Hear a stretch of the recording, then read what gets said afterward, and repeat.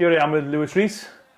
I bumped into Lewis quite a few times over the last 4 or 5 years at various different boxing shows, and we always say we'll do an interview at some point, but we never got around to it. But finally now, Saturday, a couple of weeks before Christmas, we're doing the interview. Just to let the viewers know, you were there, coached up with your dog. Yeah, never leaves my side. Turn this on silent. Like that. So, December 2025, what's Lewis REES do with himself day to day at the moment? Busy family man. I help train Penny Greg under 11s, under 10s football for my youngest boy. Just busy with work. The missus is a nurse, so we're just constant busy, you know, school, kids, life, dogs, you know. You seem quite content. I am. After retiring from boxing, because a lot of boxers, even though they got retired, probably just they haven't got it anymore. You seem content and quite happy. Yeah. I was ready to retire 2 years before I retired, but I always knew I'd be content after I retire. I always. Well, the last couple of years leading up to retirement, I was almost like looking past boxing to what's life going to be like after boxing. And I was always smart in school. I was always good with my hands. I was always clever. Everything I did, I was always alright at it. And mentally, I was half out the door, like, you know. So being fully out of the door now, I haven't even looked back. Don't even come into my head.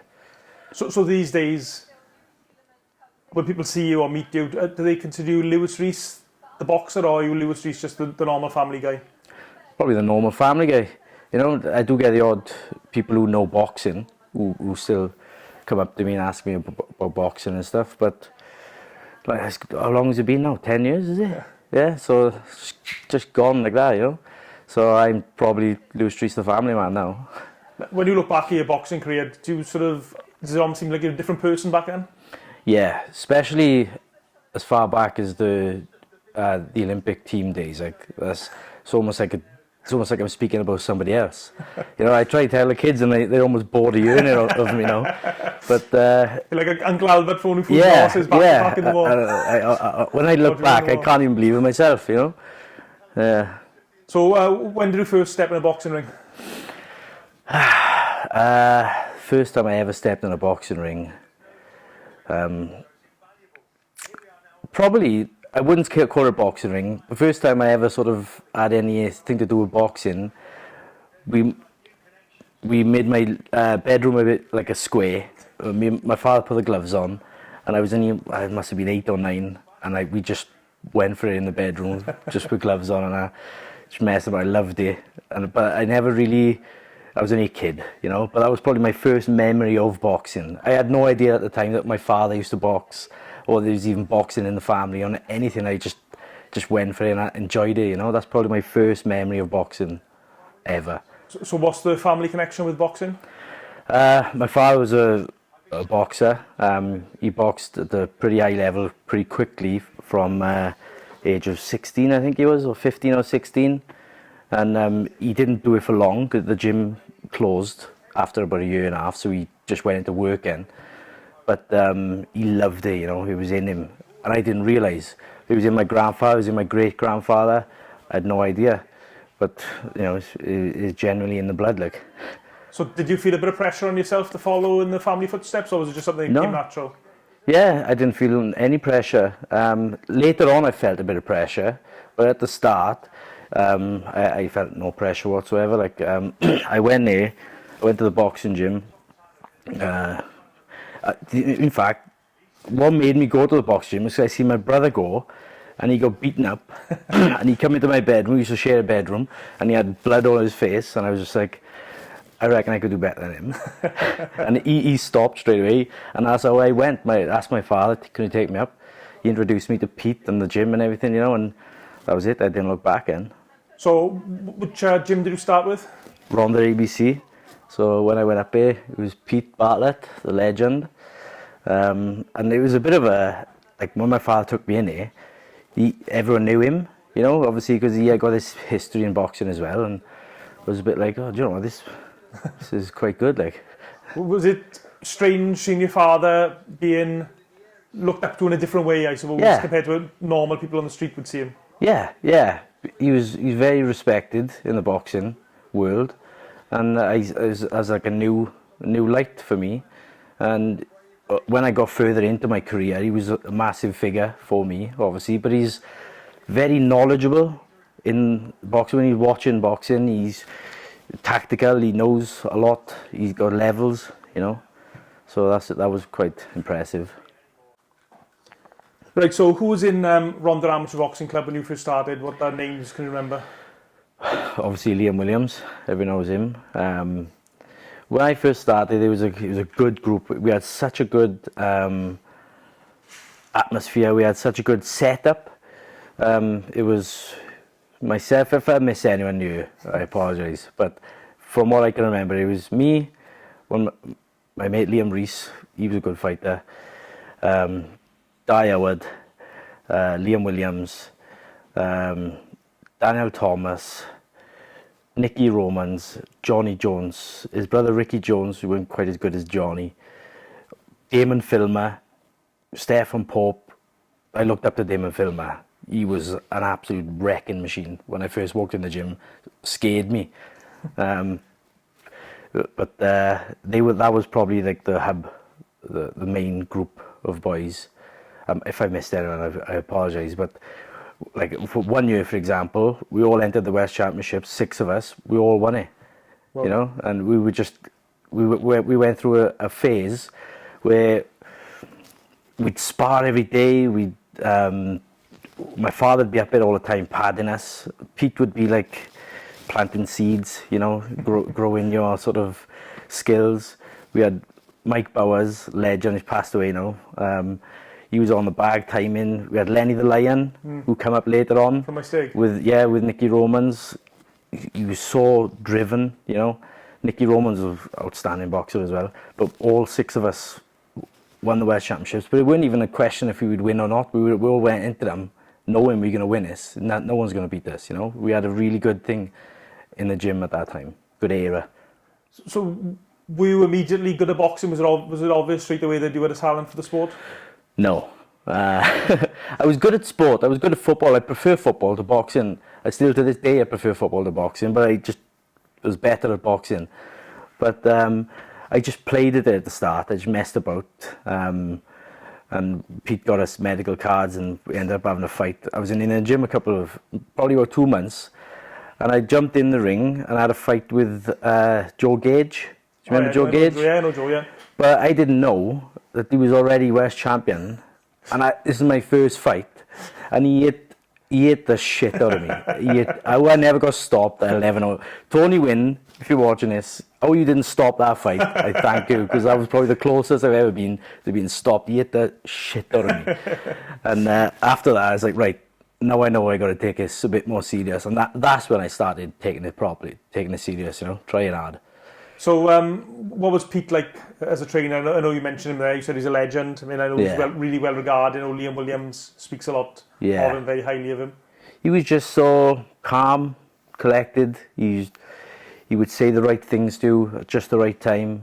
He would, he would put good advice into. He would spot things you didn't spot. There's one person I forgot to mention who was in the group of boys that come up really good, was Stuart Brewer. He always speaks highly of Pete. Like, perfect example would be like Pete, you'd be sparring, and Brewer would have a nightmare trying to catch me or whatever, because I was a southpaw, and he would just plant a seed into Brewer in between rounds. And next round, he's catching me all of a sudden. I'm like, what's he told him? You know, he's always playing chess, you know. So, what were the titles you won as an amateur? I mean, how did you progress over the years? How old were you when you started, did you say, sorry? I was 13 when I had my first fight, which is quite late, really, isn't it, to start? Because by the time I was 16, I was in the Olympic team, you know. So I got good quick. Quickly. Yeah. I can't even remember. I think I won 7 Welsh titles.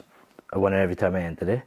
I won the British as a senior and youth. And I got beat in the British finals 2 years in a row by that Anthony Kakachi. He was good, he was. But the third time I boxed him, I definitely had that decision. I didn't have the decision, but I won that fight. The first 2 times he beat me fair and square. The first time he beat me up as well. So, but probably like Welsh title 7 times, British title twice. Tama Cup, I had a gold. That was a big one because that was almost bigger than the Europeans. It was 21 countries entered that. A couple of Olympic medalists and everything. Top ranked in the world, and I won the gold in that one. That was probably one of my biggest achievements. So as an amateur, was there any particular boxer you tried to base your style around, or who do you look up to in the wider boxing scene or the world scene? I didn't sort of base my style on anyone. I just done my own thing, but I looked up to obviously Joe Kawasaki.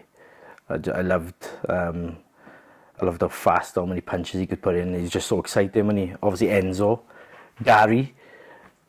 I love that generation. I looked up to them all.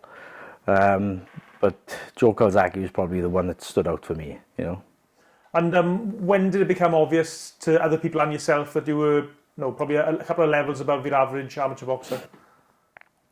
After I won my first Welsh title, I was training so hard.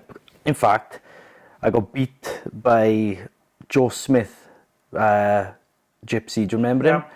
He was 3 times British champion, and he stopped everyone before me and everyone after me for a certain time, but didn't stop me.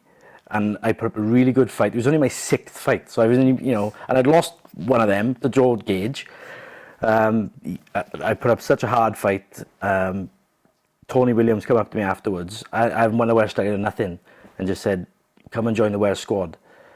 That's when I started to realise, I've only had 6 fights, and I just put up a really good performance against him. I must be doing something right. I must have something going on here. So what was it like being part of the Welsh squad? Was it down at Sophia Gardens then? Or? Yeah, it was Sophia Gardens. Bit of both. We had Brecon and Sophia Gardens. It was just as and when. So hard. who were the other Welsh boxers in the squad at the time you were there? Chris Jenkins, Andrew Selby. I can't even remember now. It's just a long time ago, isn't it? So Kieran Harding, he was down there. Yeah. Chapman, obviously. It was a good group of boys. But there was loads of us. So Liam Williams, Liam REES as well. He was down there with me. Cleverly was he there at the time? Cleverly, yeah. Yeah, going a bit older now, Cleverly. Yeah. But I think I'm right. Was that the time there was a bit of a power struggle within Welsh amateur boxing, or was that just a little bit before that? I think it was something going on in the background, but I just never paid attention to it. I just done my bit in the ring, just trained hard. Welsh squad training was harder than GB squad. Welsh was like military. It was so hard compared to GB. GB was more technical and advancing in your abilities and everything. But Welsh squad training was just fitness. Was it too much fitness, do you think? Or I think so. I loved it, but when I come home from squad training, I couldn't walk. I couldn't do anything for days. And I thought I was fit before going there, One person, Chris Jenkins, used to annoy me. He used to be so fit. Like, we'd be running 6 miles or whatever in the morning. Jenkins was always front of the pack pushing. I was like, slow down, man. Let the rest of us catch up. He's a great character as well, Chris Jenkins. Yeah, a lot of good memories with Chris Jenkins over the years. I remember in the Welsh squad training, he was the first one started driving, and he had this souped up Corsa with a big subwoofer in the boot. We just drove around Cardiff and everything. So when did the British squad or the Team GB sort of first make inquiries about you? After I started getting good quick, started winning everything, stopping everybody. I won the British gold, and then Tony Williams just approached me and said they asked you to go to trials. I was a kid, like I was 15, 15 going trials at GB squad. Never thought I'd get in. In fact, I come top of the sort of grading, if you like, and I got in. So what's the grading process to get in Team GB back in Derby? It was like 2-month trial. You'd be up there every weekend or every other weekend, and you'd be tested, fitness tested, like you'd be sparring all kinds. Obviously good boys. Everyone's going for it. There'd be a certain group of people in your weight category. But then I suppose you just get tested on all your fitness and your abilities. Really, they'd set up like technical drills. Can you do this? Can you do that? But yeah, I think over the 2-month period, I can't even remember all the details now, but at the end of it, then they told you who got through and who didn't, like, you know. So who were the guys on the Team GB when you were there? The people who got through, there was already people up there, the likes of Tyson Fury was already there, James DeGale, George Groves, Frankie Gavin, all that sort of generation were there while I was up in trials and everything. But the people that come through with me were the likes of Anthony Ogogo, Luke Campbell, Andrew Selby, Ian Weaver, the Affai brothers. A little bit later then, Cordina come through the rankings. He was coming up through the development squad as I was sort of leaving the podium squad, you know. Just a little difference in generation. But there was some good talent there, like some good times up there as well. So when you're part of the Team Chapman GB as well, setup, yeah, Daniel, when you're part of the Team GB setup, what's in your mind in regards your future to boxing? Are you thinking to yourself, no, this could be a career for me, or are you just still enjoying it, seeing where it takes you? Yeah, so like I said, I was only a kid getting in there, but I was clever in school. I was never A-star clever, but I was right down the middle. I never really tried. I was always into sport and everything. When I first got in here, there was so much push for 2012, the Olympics. Everyone, it just got drilled into us. That's where you want to be. That's the pinnacle. That's where we got to train for. I never even thought about going pro. Never thought about anything. I just thought, just got to stick it. I had 4 years in the GB squad, pushing for 2012, and the goal was the Olympics. So, I never really thought of professionals or a career. Just make the Olympics, because we had the psychologists with you, doctors with you, everyone was up. It was a very well set up organisation, and they'd be coaching you, like life coaching you, you know, like if you made the Olympics, you could do this, and this. So in my head, it was just make the Olympics, and then whatever happens, you know. So who were the coaches in the Team GB when you were there? When I first got in, it was Jim Davison, I think, was the development coaches with like Richie Woodall and everything. I was only in the development squad maybe just over a year. And then I got promoted to the proper Olympic podium squad then. Rob McCracken then. It was Rob McCracken, Nigel Davis. He was bloody good coach, he was. Rest in peace. Lee Pullen. Dave, I can't remember his name now. You remember his name? No, I'm not sure. Dave Holloway. Okay. He was good. Richie Woodall. It was a good setup up there, really good setup. So was you train up there? Was it Monday to Thursday? Yeah, every weekend. So what would be your routine Monday to Thursday as part of Team GB? You get up here early on the Monday. I get up here for about 10 o'clock in the morning. You do like the strength and conditioning, make a bit of a loosen up. In the afternoon, you do a bit of sparring, pad work, actual boxing work. In the night, you have a little wind down. But then Tuesday, Wednesday, Thursday would be regimented. You'd be hard running in the morning, strength and conditioning in the daytime. In the afternoons, it'd just be boxing, sparring, technical stuff, just improving. But the sparring up there, you know, so it was so technical. I sparred everyone up there, but the likes of me and Ronnie Efron, the spars, people used to stop in the gym. It'd just be punch for punch. Be brilliant, you know. I mean, who were some of the guys you sparred up in there? The best one I sparred, the one that sort of, this is like back to your point earlier where I always sort of doubted myself. I knew I was alright, I knew I was good, but I never thought I was as good sometimes. I jumped in sparring with Frankie Gavin. When Frankie Gavin was at his peak, you know, just won the World Amateur Championships. He was at this peak, and I jumped in sparring him, and I done more than right. I really done well. like I thought I'd edged the sparring, and afterwards couldn't believe it. You know, perhaps I am pretty good. Like, Was it ever intimidating for yourself? No, a boy Yeah. from the Ronda, you've well, really, I mean, boxing that long. No. I like even in the squad system, in the Welsh squad system, it weren't really technical. It was just crash and bang, fitness. When I got up into the GB squad, I got all these English boys who were all really well schooled, really quality. The boxing standard was up there, a little bit more than what I was used to, and just me and Dan Chapman really were like the Welsh accents. Andrew Selby had a little bit of a Cardiff accent, he could get away with it, but I had such a strong Valley accent. I used to walk through the door and people would start going, but. I just have the mick taken out of me all the time. But it almost makes it a bit easier though, because it was friendly, you know, it was good up there. You mentioned Tyson Fury, obviously world famous, probably one of the most famous boxers in the world at the moment. Yeah. What was he like when he was up in Sheffield? Pretty much the same as he's like now. He was very vocal. I watched him spar a lot with David Price, and I thought David Price always had the better of him in sparring. But I was wrong. And then later on, look what happened to Tyson Fury. He was always good though. He was always good. Even then, he was just so big. You know, he almost looks awkward. He almost don't look like a boxer, but he just gets away with it. He's so big. His fitness for a big guy is brilliant. Yeah. Like who were the guys in the GP squad up in Sheffield, perhaps who you thought would go on to win big things and didn't for whatever reason?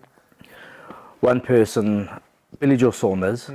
I thought he would take over.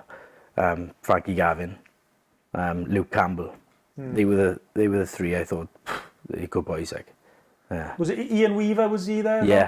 Yeah, Ian Weaver, good friend as well. I got on really well. Me, him, and Selby, close up there, and Chapman. Yeah. You know, really close. Ian up Weaver, of course, couldn't get a license as a pro. Am I right in saying that to me? Yeah, I think I don't really know the full story, but he went to the States and he had some over there. But he was such a talent. He was really gifted naturally, like, you know. So you're up in Sheffield. I mean, what's the routine? I presume you'd enter in various different tournaments around the world. Yeah. To try and qualify for the Olympics. Yeah. It's a bit cloudy now. I can't really remember the specifics, but I think pushing up to the Olympic qualifiers, I got released after I lost in Russia, and then I believe Tom Stoker went to the next qualifiers and qualified. So I was just. So obviously there's only one slot. Which weight division were you aiming for in the? Light welterweight. Light welterweight. Yeah, light welterweight. It was the running was between me and Bradley Saunders, who's another name I haven't mentioned, who's top. He had massive hand problems, didn't he? Yeah, he was good. He was such a good fighter. The running was between me and him for light welterweight. Tom Stoker was down at lightweight, but for whatever reason, I can't remember the details now. But Tom Stoker ended up going to the qualifiers for light welterweight, and he qualified. I think he won the gold. I think he was the captain as well, Tom Stoker, wasn't he? Yes, yeah. In the end. Yeah, I actually had a box off with Tom Stoker, behind closed doors in the squad. It was proper judged and everything, and I beat him. Yeah. But, then he went on to become the captain. Like. Yeah.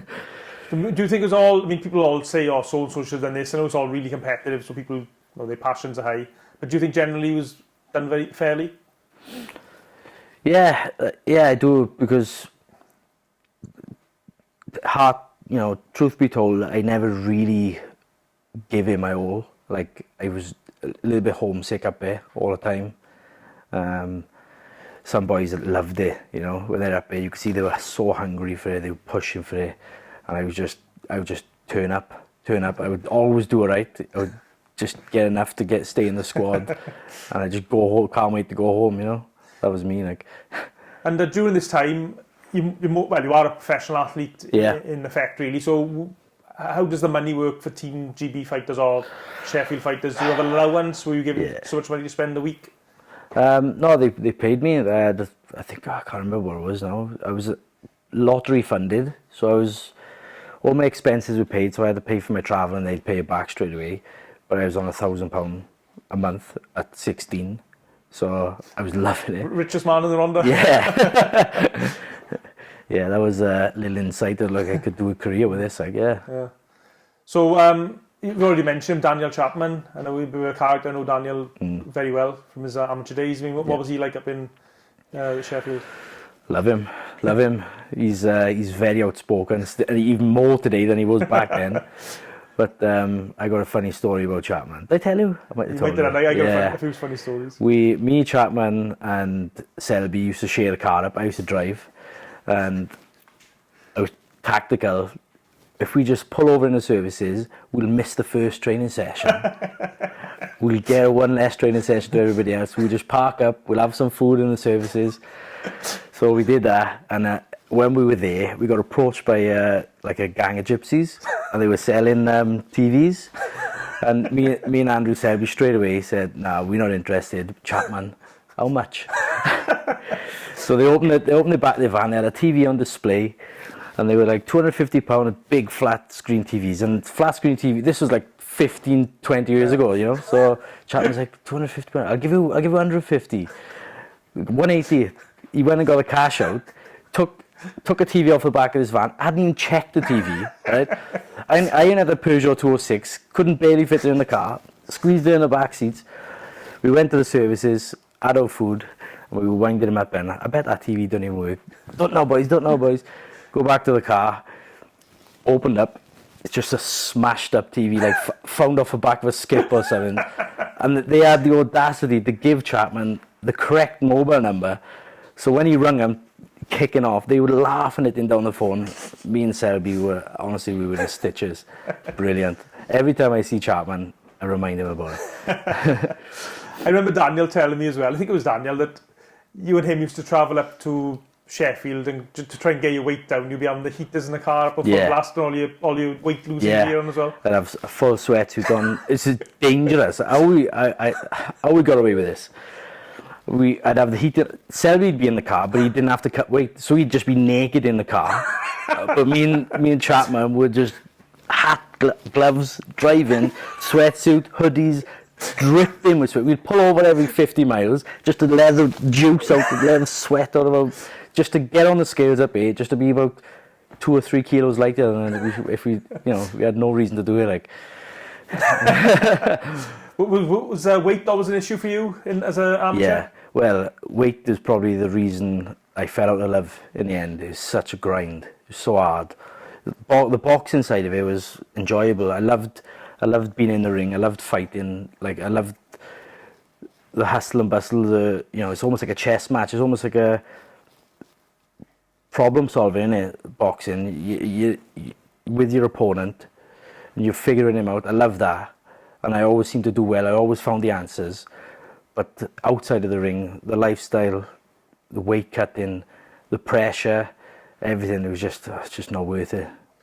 I mean, it seems even more prevalent these days, very strict on boxers crashing the weight, as they call it. I mean, what horror stories have you heard from the amateur days of fighters, don't mention any names, sort of like crashing the weight or extreme measures fighters use?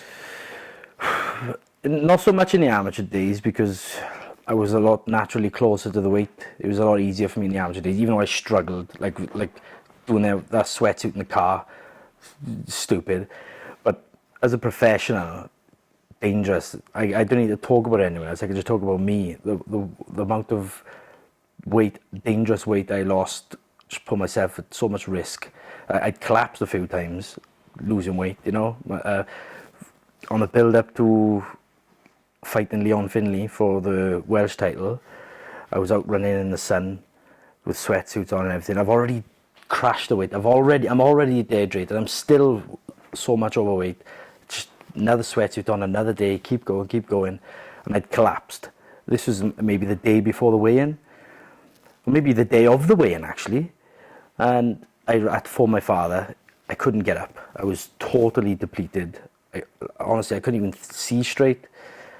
My father picked me up, put me in the car, took me home. I had to get in a hot bath, because I had a little bit more. And then when I got to the venue, like, Gary didn't even know about all this. This is all I've already done, I'm still overweight. I think I was only a couple of pounds. I might have went in the sauna for a bit, which is which is horrendous when you're already in this state. And I just barely made the weight for that fight. But that's just one. Pretty much every fight I had, I killed myself. You know. I mean, making the weight, do you put that struggle down to like lack of discipline on yourself, or lack of like living the life? I know it's a bit of a catchphrase we use these days. Yeah. Or was it just something genetic? I mean, you were quite stocky. Yeah. I guess, for your weight and... A bit of both. A bit of both. Like, I always at the time blamed it on genetics and everything, and perhaps it was a little bit because I am stocky, and every time I did get onto the weight, every person I fought was a foot taller than me, so I must have some sort of bone density or something, I don't know. But I did struggle. But on the same hand, I was not cheating, but I didn't. The closer I got to the end, the more I cheat. You know, the less interested, the less I tried, the more I was trying to get out. But the lifestyle was so hard. You know, I would say like here's a good one. I got body fat tested because I was always arguing with the weight. I was always like, I can't get it. I physically can't get to the weight. I was so sick of killing myself. And I got body fat tested by Martin Broughton, and he'd done like a pinch in his skin and everything. And I was something like 8 or 9%, and I was 2 stone over 10 stone. So I was 12 stone something, and I was like 8 or 9%. And he was like, you can get there with severe dehydration. You can't get there by losing pure fat unless I lose muscle as well. You know, so I was like, it was really tough for me to get to the weight. You know, that's why I ended up fighting for the welterweight Welsh title. Yeah, I remember that. Yeah. So I went up for that. It was a bit easier, and I still killed myself for that. You know. I mean, you mentioned a few times you you weren't like giving boxing 100%. So I mean, I say out of 10, just for example, how dedicated would you be compared to, let's say, the most dedicated? Let's say the most dedicated boxer up in Sheffield was 10 out of 10. How dedicated were you? I would say I'd go through phases. When I first got up here, I was 10 because it's all new. But like I said, I was up here 4 years. I was a kid. I was homesick.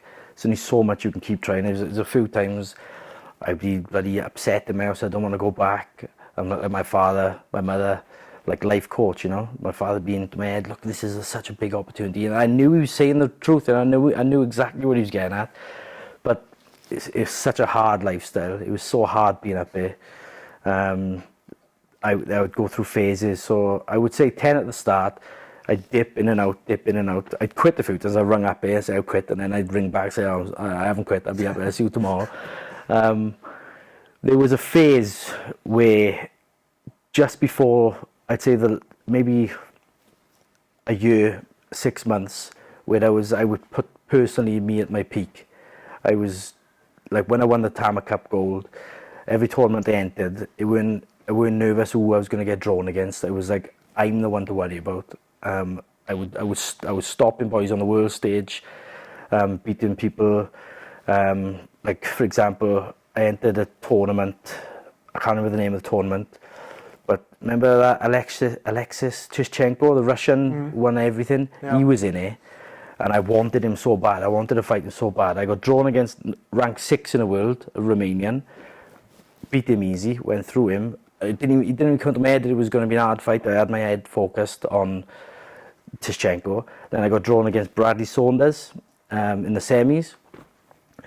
At the time, he was ranked number 2 in the world. And I'm not even ranked now, but I'm just on this mindset. He beat me. It was such a close fight. I couldn't argue. It was 1 point he beat me. He went on to the final, and he beat Tishchenko by about 7-8 points, you know. And I was so fuming I didn't get an opportunity to fight him there. But that time, I would say I was a 10, motivated, on the weight, everything. You mentioned about the points there. I sort of forgot about that. I forgot about this when we were talking about amateur boxing. You box as an amateur during the point scoring, the computer scoring. So the 5 judges, and if it's 3 or is it 7 judges, and if a number of them push a button at the same time, it counts as a point. I mean, did you like that style of amateur boxing, or what do you think you'd be more suited to a pro boxing style as it became after that computer system went? I hated this point scoring system. I was always up against it. Like the reason Saunders beat me was because of the point scoring system. If it was a more of a professional scoring system, I would have won the fight. I would have won a lot more fights. The points, especially like I said, every person I boxed was taller than me. I was always against the point scoring system, but I always managed to do it right out of it. Like, Yeah, I think that system suited taller boxers who could move on the outside, and I guess you were being the shorter guy, you were always trying to force the action. I was always trying to chop down, and they didn't score body shots very often, and that was sort of the only thing I grit. Thomas Stalker got selected Yeah. for your weight division for Sheffield for the Team GB for 2012. At that point, did Team GB let you go, or were you given the option to carry on to the next Olympics? No, well, sort of. I was I can't remember the dates. I can't remember whether it was before or after. I'm pretty sure I was let go before Stalker qualified, but it was around the same time. You know, it was maybe as he was in the tournament. Maybe I can't remember the exact times, but I remember having the phone call from McCracken, and I was actually in Tenby with the boys on the beach, and had the phone call. It was almost a relief. I was like, oh, don't have to go Monday. I can just be normal for a change. But he did say on the phone, look, Lou, this is not the end. Obviously, you're a brilliant talent and everything. Just carry on. Win the British again, put you straight back in. And I was like, yeah, all right, whatever. And it was just a relief for me, you know. How did you rate Robert McCracken as a coach? Very good, very good. Calm, collected. You give the good information at the right points. Kept me calm in the corner. I liked him a lot. Yeah, I can't say I don't. He was good. And you mentioned there in Tenby with the boys. Yeah. Were you conscious of the fact that you were like missing out on your teenage years when you were a little bit being so dedicated to boxing? A little bit. That's a good point actually. A little bit. Like I got good mates. I still good mates with them all now. They all knew the score. They'd all tease me and everything, you know, eat around me. Oh shit, that's my phone gone. A little bit. But to be fair, my group of mates still to this day we don't drink a lot. We don't go out party. We never did. We just used to just go out and just chill in cars or whatever. And I never really had many temptations for drinking and girls. I met my missus young. I'm still with her now. I was 16 when I met her. Yeah, 16, 15, 16. No, I'm 36 now with 2 kids. So when you were with your missus, when you first met her, or first few years you were together, and what would you do to relax? Because obviously you can't go drinking. I guess you're always strict with the diet. I mean, what was your lifestyle outside of boxing at that age? I did go out every now and again drinking, but not very often. I'd go for like birthday parties and whatever, for my own birthday party and stuff like that. But I just used to, like I was, like now to this day, I like coming home, I like being home, I like sitting down, I like doing nothing. that was my chill time. I used to just meet up with the missus and just chill. That was my relaxing time, you know. It's probably I used to train so hard, so every opportunity I got to chill and do nothing, I took it. So when the 2012 Olympics came around, and you were watching it, were you thinking, I wish I was there, or were you just glad that you weren't there? Or was it bit of both? I was glad. It was such a big mission. It was such, like if I made it, that would have been something, you know. But it was such a tall order to get to the Olympics anyway. I weren't at the time. I think I was pro by the time the Olympics came around. I was pro. Yeah. You turned pro in 2011. Yeah. So there we are. Just before I turned pro, and I actually didn't want to turn pro. Actually, it was Gary that sort of convinced me, because I might have turned pro eventually on my own, but when I left the Olympic team, it was such a relief that I didn't have to do it anymore. I just sort of stopped altogether, and then Gary messaged me a few times, come and turn pro with me, and come down to the gym. And I was just no, every time no. And then time goes by, I got to start working and everything now. Couldn't find a job. In fact, my sister got me a job cutting potatoes in the local cafe. Absolutely no way am I doing this. Gary messaged me, right, let's set up a meeting, and then when I signed the warrant in, so that was it. Gary at the time, I was thinking this earlier actually, when I was driving over, he didn't have many fighters at the time, did he? You probably did. No. Prior to yourself. Yeah, I think he had Gavin. Jeff Evans. Jeff Evans. Bradley Price. Bradley, yeah. But he was very much an up-and-coming trainer. Yeah, I was the first person he sort of signed, the first sort of prospect then, if you like, that he sort of signed. Yeah, like we done well, I think. Like I never really, like I always doubted myself. So when he was like, go pro, I was like, go pro with who? And then he said, Warren. I was like, oh, all right then, let's have a chat. So yeah, that was that. So I believe, I can't remember if it was you told me or Gary or somebody else that you had a pretty good deal from Frank Warren as well compared to other boxers, even in the gym with Gary. Yeah, I did. I got like, well, he didn't really honour the deal. It was just boxing for him. I think I got promised 5 fights a year for the first 3 years, and that in my head was exactly what I needed, because in between fights you need to stay active to stay on it. You know, like that good year in the GB where I was on it, I was on because I was in the gym. I was active, I was training, I had another fight scheduled before I even had this fight. I know my next tournament, I know my next fight. I could just stay on it. But inactivity in between fights as a professional it just killed me anyway. So when I seen 5 fights a year for the first 3 years, I think it was 3 years, maybe 2 years, I thought that's ideal. I can do this. It's decent money. I can do this. This is going to be good. And I could see myself winning titles. I could see myself becoming a British champion in no time. I could see it, but it didn't pan out, you know.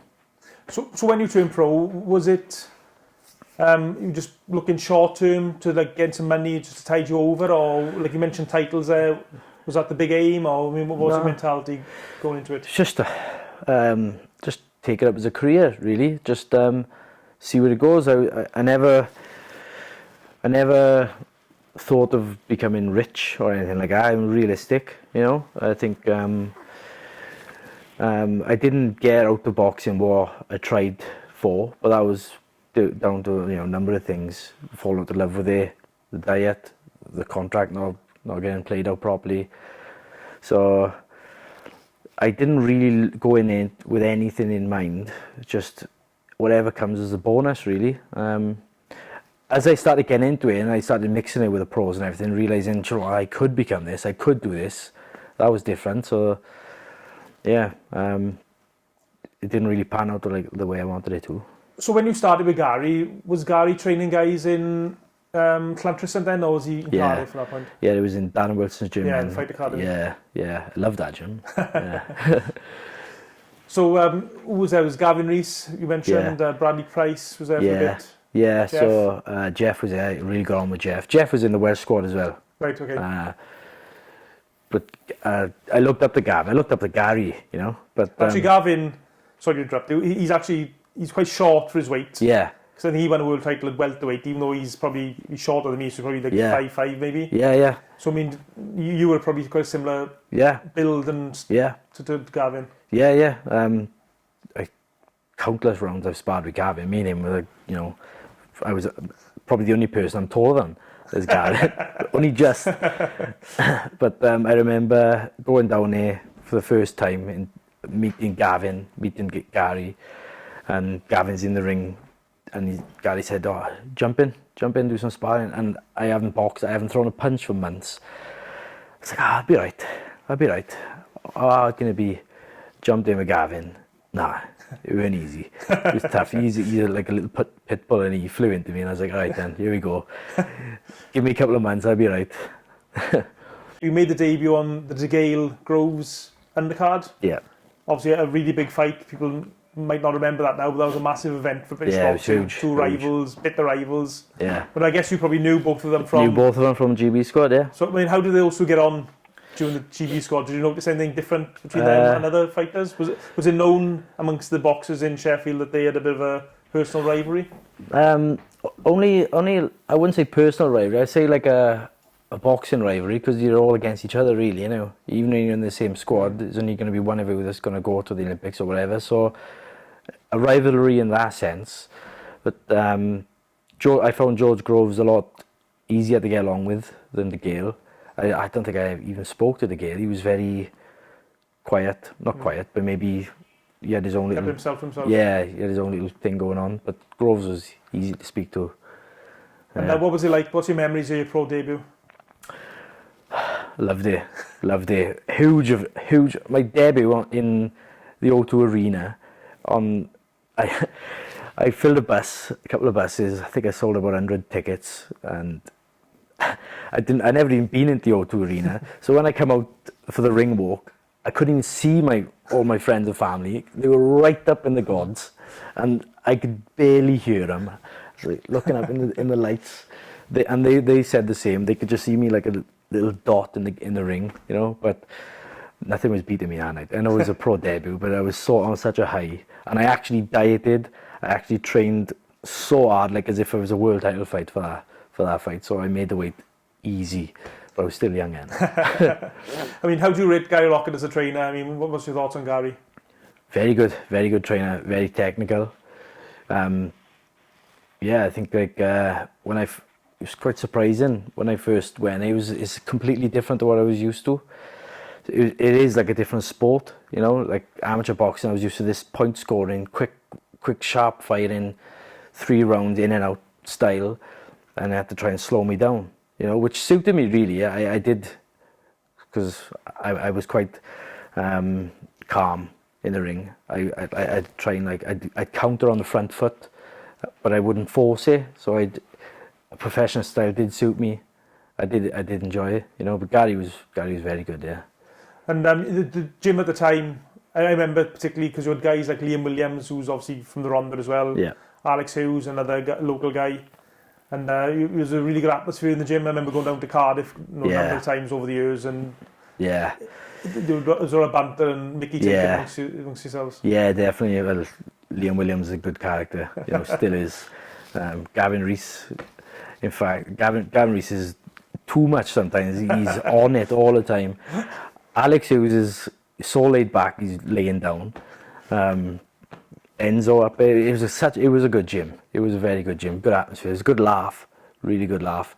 And we train hard as well. We would really train hard. It was good. It was a good gym.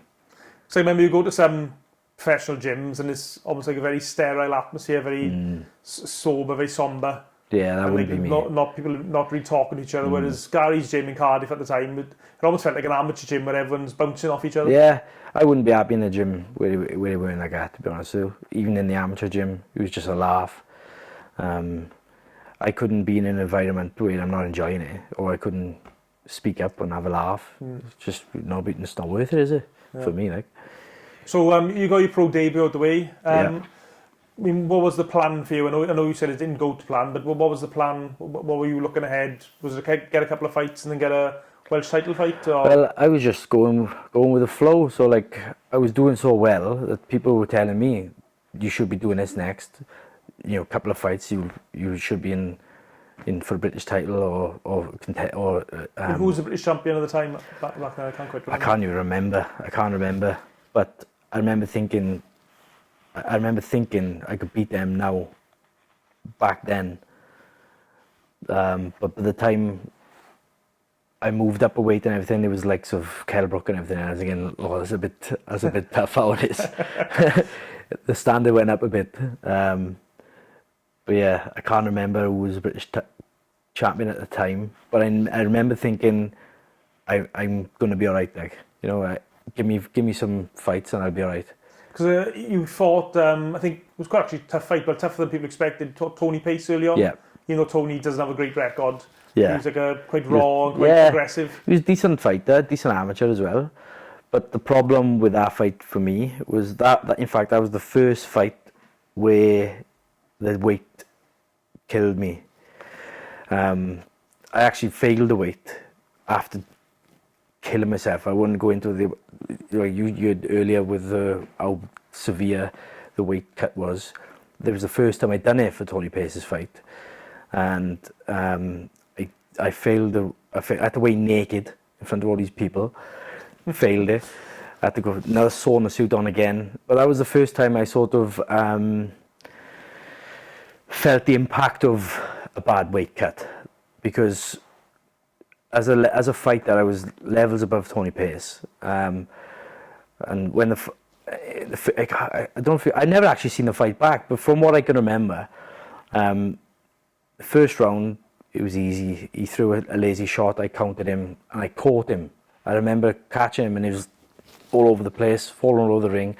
I thought I got a stoppage first round, so I threw the kitchen sink at him, hit him from pillar to post, all around the ring. The crowd were going crazy because it was right before, I think I was chief support, so I was come out when the atmosphere was bouncing in the O2, not the O2, Motor Point in Cardiff.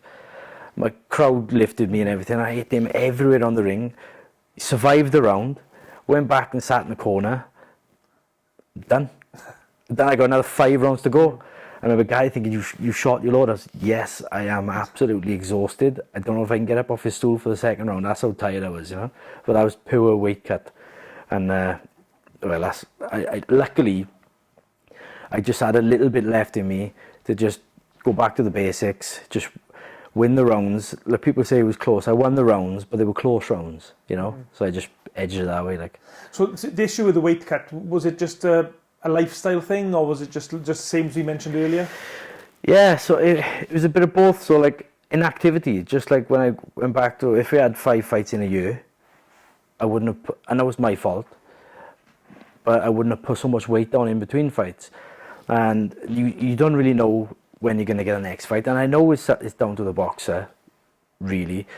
You should stay in the gym. Like if there's any young boxers, like REES Edwards now, you were doing what I'm doing, or what I did, cut it out.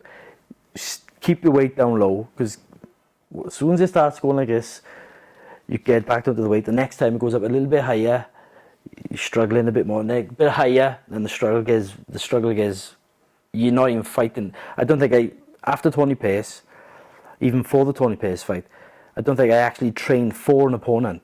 I never trained for a fight. I trained to get the weight off, and I just turned up and had a fight. I never actually trained for like a tactic or any sort of fight. That's how much the weight killed me. It just destroyed me in the end. I mean, are you someone like who enjoys their food in between fights, in between camps? Yeah, but like I said, I never went out drinking, partying a lot. It was just food. You know, I'd just be out chilling with my mates. What should we do? Let's go and find something to eat. And I know Gary's quite a tough master in the gym. I mean, what was he saying to you when you were struggling to make these weights? He never believed me when I was actually telling the truth most of the time. But I was. This is the problem. See, I used to cheat even before I started the weight cut. Like, say, they'd give me a date. You got 8 weeks. Jump on the scales. Heavy. I got 3 stone to lose. Whatever. I think the heaviest I weigh lighter now than I did in between fights. Then, I'd have 3-4 stone to cut. I weren't 4 stone. Probably about 3 stone. Straight away, I would stop drinking water. Straight away, I got 8 weeks to the fight. You know, so next day I jump on the scales. I shouldn't weigh every day, but I did. It was such a mind game. I'd be in the gym, I jump on the scales, I've done 3 pound. Next day, I can't do another 3 pound. You don't lose 3 pound a day, you know? You have to, but in my head, I was like, I can't see any weight coming back on the scales. So straight away from the 8th week, I was almost on a dehydration cut right from then. So by the time I got down to the week before a fight, I'm still 1.5 stone overweight, and I'm already dehydrated. So then when the dehydration cut starts, it killed me, you know, absolutely destroyed me. Were you conscious of the fact that you were putting your health at risk? Because Yeah. they say that one of the main reasons boxers have brain injuries, especially disease of the brain, is lack of fluid on the brain. Yeah, so like the older I was getting, the more mature I was getting, you know, I thought I was always getting away with it at the start, but like the reason I lost my last fight was purely weight cut. Like that fight in particular, I was on the day weigh-in, which is what really screwed me. Because day before weigh-in, even though 24 hours is you're not fully rehydrated, you're about 90%, you know, you're alright. But on the day weigh-in and cutting like the way I did, dangerous. Should never have happened. So yeah, I was conscious of my health and everything. I got a young kid now as well. Back then, he was only young. And I was thinking of life. I can't box forever. Lots of things going on, lots of things. So health was definitely a factor. And the more educated people, not just me, people in general were becoming of the weight cutting and, you know, the damage to the brain. I remember in the last fight, thinking I can't wait for this fight just to be done. This is me done, you know. Regardless if I won or lost, I'm done with this. Even in the warm-up before the fight, I remember just doing regular pad work with Gary before it, and I just didn't have nothing in me. I was so dead. And I could see Gary got a crap poker face. I could see he was looking at me. He's like, you're not right, you know. I was not right. So I was done in, you know. It sounds like you're saying that after a certain point in the pros, or after the Tony Pace fight, maybe that whenever you thought about boxing, it was always the weight. The weight was always the issue. The weight took over, and unbelievably took over the weight, and it didn't help. But the banter in the gym, you know, it was always aimed at me. I was always the worst with the weight cutting. Even Gavin was just as bad. He struggled a lot as well. But he just had a bit more banter in him than me, like. But when we went to Germany, that screwed me a bit, because I couldn't cut the weight like I normally do in secret, building down, because we had to go out there a week before, and then I'm around Gary, I'm around Gavin, Liam was out there, and I was dead on the scales, dead on the weight, cutting, and my patience was wearing thin. Gavin weren't even fighting. Gavin was just full wind-up, and I was so irritated, you know. That would kill me. So you fought for the Welsh welterweight title in May 2013 against Leon Findlay from West Wales. What can you remember about that fight, apart from the issues with the weight? I actually trained really good for that fight. Really done a good build-up. Like, I didn't kill myself as much as Tony Pace's fight because I was 10 stone 7, so I had a little bit of a weight allowance. But really good preparation. I didn't cut any corners. It was it went exactly as planned. I knew I was going to go through it. I knew I was going to go through Finlay. I'd sparred him in the past, and I was generally feeling good anyway. I felt really strong, and I knew when I get him, I'm going to get him. Yeah, that was probably one of my favourite moments. I haven't even got a belt. I'd love to have the Welsh belt, just a replica. So if anyone knows how to get it, I want one. You can just give it to the kids, and you know, that was a good one. And that was just over in Mardy way, wasn't it? Yeah, yeah. That's another point. It was so local. It was literally over. So all my mates come over there. Yeah, I remember. Talk about weight again.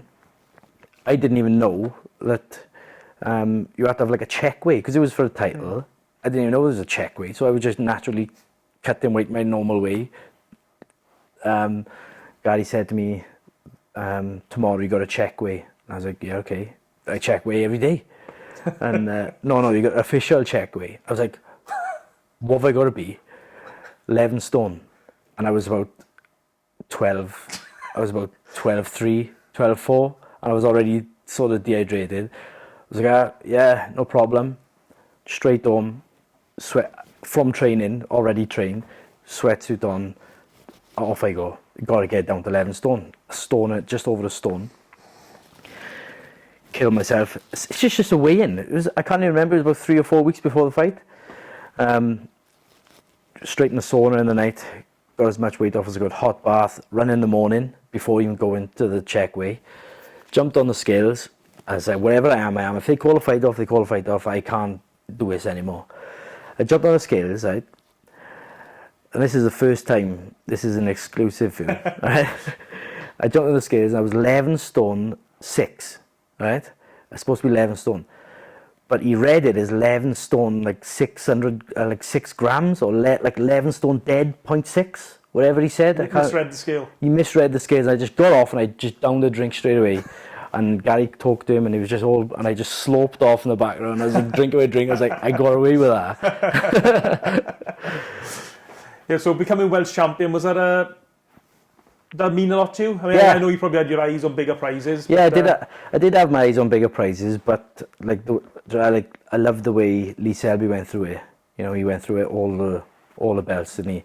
And being Welsh, if you don't fight for the Welsh, well, you might as well. You know, I was just grateful for the opportunity, to be honest with you, because there weren't a lot about. Leon Finlay was really the only one who was up for it. You know, up for a Welsh title fight. So I'm grateful for that opportunity. I'm glad I done it. Around the time when you were, around the sort of time when you won the Welsh title, I mean, I guess majority of fans weren't aware of your weight issues. They just, they could see you progressing. Yeah. Oh, he's won the Welsh title, he'll probably have a few more fights now. Yeah. Progress to the British. I mean, at that stage in your mind, where were you? Were you still thinking, right, I'm going to win a British title here now, or was it just... or was this around the time you were getting disillusioned? Around the time I was getting disillusioned, I stopped focusing on what's coming in the future. It was just like, what's coming tomorrow? It was just, what's coming next? Let's just try and keep the weight off. Didn't happen. Yeah, it was that was the start. That, like, I was on a downwards trajectory, and I kept a lot in. You know, people who knew me knew. The close circle knew. My father. But like I say, what do you? I'm not sure if you were living with your parents then at the time, but I was. Yeah. I mean, they could probably see what you were doing, killing yourself to make weight. And obviously, Dad being a boxing guy as well. Yeah. I presume he was concerned. Yeah. Like, I would never have boxed nowhere near as much as I did, as far as I did. Got nowhere near as well as I did without my father. He was very much like a mental coach, like a life coach. It helped me so much, you know, and I'm so glad he did, even though I wanted to quit way earlier than I did. I wanted to quit in the GB squad days, but I didn't because of him. So I'm grateful that I'm so glad I didn't, and I'm so glad I listened, and I'm so glad I did quit when eventually I did, because I got a good life. I live a very happy life. I got a good family. We're all healthy. Health is literally what it's all about, isn't it? Yeah, but... So the final fight to your professional career, William Orberton. Yeah. Who actually, again, he hasn't got a brilliant record, but he is actually a very good fighter. To be fair. He's tripped up a few Welsh fighters along the way as well. You're not the only one. Well, what's your thoughts on that fight? What can you remember? Back in 2014. In my head, I felt like a Rocky movie where I got beat up the whole time. In my head, that's what it was like. But my father forced me to watch it back. He recorded on like a Sky Plus or whatever. And when I watched it back, I was like, we weren't that bad. Yeah. But being in the ring, it was terrible. Because I was so used to doing what I want. I was so used to being... It wasn't so much the skills side of things. It was easy. Like, I remember... it was just the weight. I killed myself, like I said, on the day weigh-in. I was cramping before I even got in the ring. You know, when you've lost all that salt out of your muscles and everything, I couldn't even string a combination together. But I remember, like, in the ring, catching all his punches, easy. I was like, almost like sparring. Do you know when you're just going through the motions? I was catching his punches. In my head, I'll have a little respite, I'll spin off and I'll go and I'll do some whatever. And Gary said, "You're going to stop it now, Lou, you've got to move." I was like, "What? I'm just coasting at the moment." And when I sort of spun out, I moved off. I was like, I got nothing. I can't even throw back. I was like, oh, I am in trouble. That was. I should not have been in the ring. You know, that was dangerous, really. Yeah, I mean, the scorecards were 57, 58. So I mean, it reflects the fact it was a close fight. Obviously, the decision went to Warburton. Yeah, and I was glad. If he gave that to me, I would have been fuming. give me a way out, you know. But so, as soon as that fight was over, did you know that was the end of you in professional boxing? Yeah, 100%. Even halfway through the fight, you know. I remember Gary giving me advice, Lou, do this, do that. I know what I need to do. I just can't wait to get out this fight, like, you know. I ain't getting stopped though. So I'll do what I need to do to get through the fight, and then I'm off. Yeah. But I didn't quit straight away, because I think it might have been about 6 months later I quit. But so I knew I'll have a serious thing. If I quit straight away, people are going to think, oh, it's just because he lost. It weren't the fact that I lost a few fights in the amateurs. Losing didn't bother me because it's boxing, you know. It was the whole situation. I was done with it. So the fact that I didn't want to quit straight after the fight, and people say, just because you lost, you quit. No, I quit because my time was done. You know. I mean, did you seek advice from people like Gary, for example, your dad who's involved in boxing, maybe some of the people from your amateur days about retiring, or was your mind already made up? My mind was made up. I was open to, like, my father knew I wanted to quit, and just talking to me, like, have some time off, you might think differently, and I listened. I knew maybe, you know, I'm not stupid, I'm open, but I knew even with time off, I tried different things. I remember I was working as well, which didn't help when you're a professional boxer. I was up at 6 a.m. and I was working all day and then training in the nights and stuff. It was such a tall order. It was such a tough point in my life, and I was just like, I'm just gonna work my normal job, live like a normal person instead of just getting beat up, killing myself on the weight. So once you knew you were no longer a pro boxer, how did that feel like? Like a weight has been lifted. Like I said, I'm so glad I did it. I'm so glad I done what I did. I'm so glad I achieved what I achieved. Like, my boys, the primary school both my boys went to, there's a picture of me up on the wall, up in there. You know, things like that. That means something. But yeah, like I said, I'm so glad I've done it, but I'm so glad I'm out of it now. You know. Are you still a boxing fan? Do you follow the boxing closely? Yeah, I'm a bit of an armchair fan now.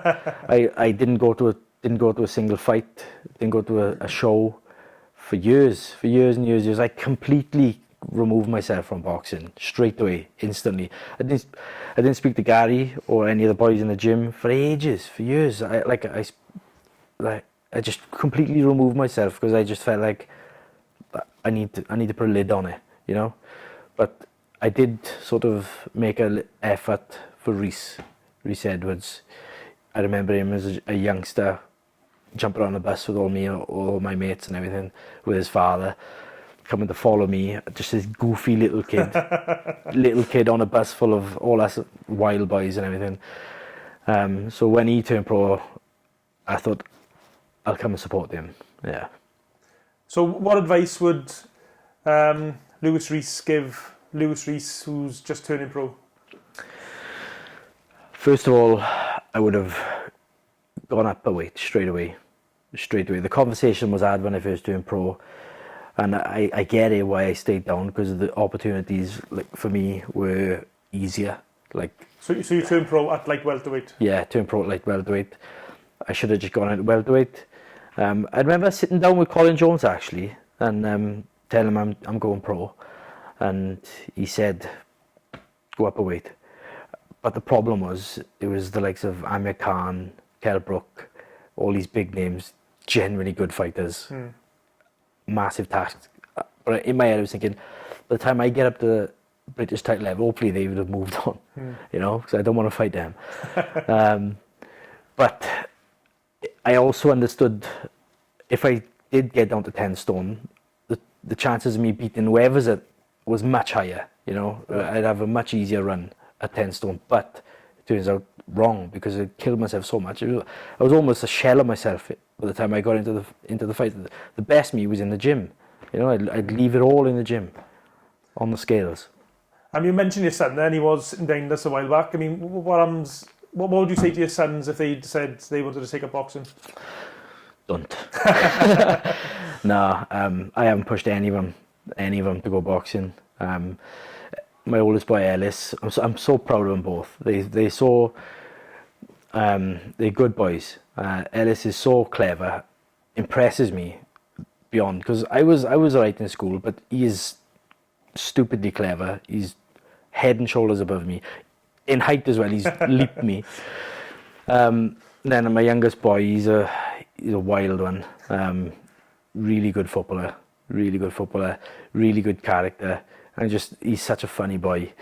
I'm just so proud of them both. But if they both went into boxing, Ellis had a little dabble, and it's not for everyone, you know.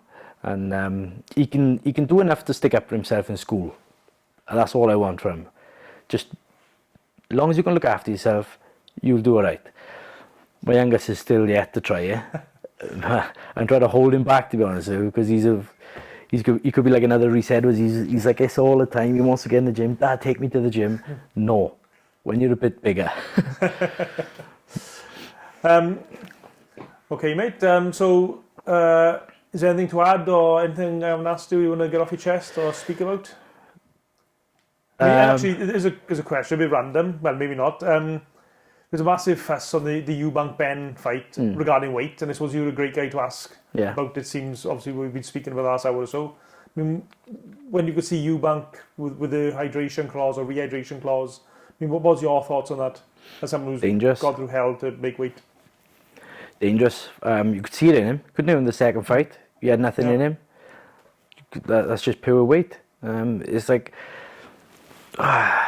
in today's, what we know today about the dangers of it. Look at Nick Blackwell, you know.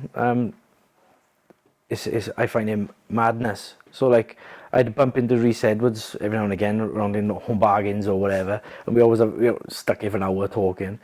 But what advice I would give to him or anyone, even the boys, is you have to stay on it. You have to keep the weight down or fight at a higher weight, because hydration is like a killer, really. If you don't do it properly, you know, you are on death's door. When you're cutting weight, you are on death's door, you know. So don't do it. I mean, do you watch much boxing on TV these days? Yeah, I enjoyed that bare knuckle last night. Would Really you ever that. be tempted to ever go bare knuckle? But don't let the wife see this. Yeah. Well, I was messing about with the boys yesterday. They were asking me would I fight him. I was like, yeah, I would fight them all.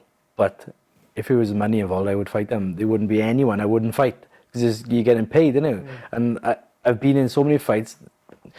You win, lose, or draw, it doesn't matter. Like, I would definitely have a go. But someone would have to put the money up. So it's got to be worth it, you know. How much money would, if there's an investor watching this now, I mean, former world-class amateur boxer, Welsh champion as a pro, how much would they have to pay you to get you out of retirement? Just buy me a Chinese on a weekend. I'll buy you a Chinese on a weekend. I'll have a go.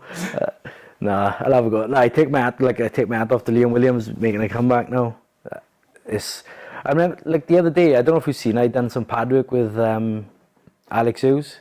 Right. And I couldn't move for a week. I couldn't move. It takes such an impact on the body. So like, Liam, he's no spring chicken now. He's in his mid-30s. Take my hat off to him, because it takes so much out of you doing it properly as well. Impact, even taking punches, everything. Like, it's such a dangerous sport. So I just take my hat off to everyone who's doing it, you know. But, Jonah, come here. Do you want to jump in there? So do you want to introduce your son here, Lewis? Come here. This is Jonah REES. He's the next Man City player. Hey, what? Who'd you play for? Penny Greg. You want? Oh, And the bloody dog there. So what do you think of your dad being a former boxer, former Welsh champion, up there with one of the best amateur boxers in Wales for a time? I'm quite angry because he quit when I was born. All right. I quit before you were born, but But have you watched some of your dad's fights on online on YouTube? Yeah. What do you think when you watch him? Oh, sorry, you mean no. I don't know how he's done it. yeah. So you're angry I quit. So you want to watch me fight, do you? Mm-hmm. Yeah. What about bare knuckle? Watch you fight that. Yeah. What about you? Would you do it? Do a Boxing? no. Keep it that way, but stick to football. I can practice boxing, but I ain't gonna be a boxer. Yeah. So, what's your dad's favourite fights? Have you seen him winning the Welsh title on YouTube? And he beat Leon Findlay? The second round knockout, was it? Yeah. Enjoyed that one, didn't it? But Yeah. Okay, Lewis. Brilliant to have a chat to you today, and great nice interview. to catch up, but yeah. Yeah, and in a while. really enjoyed it. So thank you, mate. No problem And, at all. good luck Thank for you. the future.